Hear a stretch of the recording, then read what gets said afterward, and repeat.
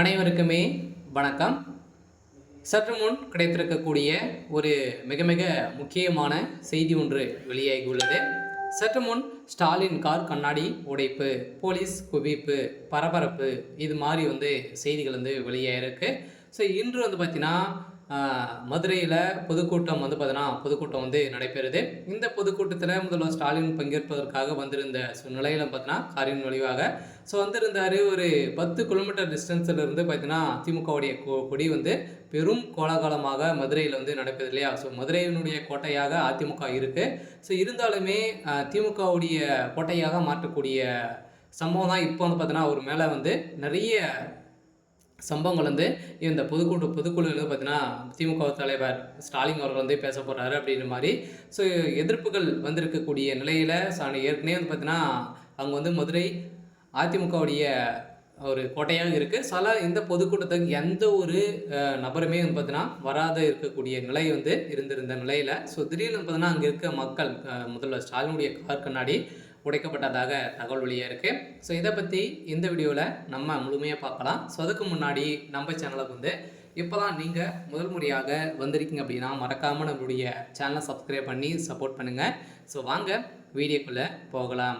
so பார்த்தீங்கன்னா முதல்வர் ஸ்டாலின் அவர்கள் ஏற்கனவே ஒரு மிகப்பெரிய பிரச்சனைகள் பார்த்தீங்கன்னா நிறைய பிரச்சனைகள் திமுகவுடைய தலைமையத்துக்கு வந்திருந்தாலுமே இப்போ வருகின்ற சட்டமன்ற தேர்தலுக்காக பார்த்தீங்கன்னா இப்போ அங்கங்கே சென்று இப்போ திமுகவுடைய வாக்குகளை சேகரித்து பொதுக்கூட்டம்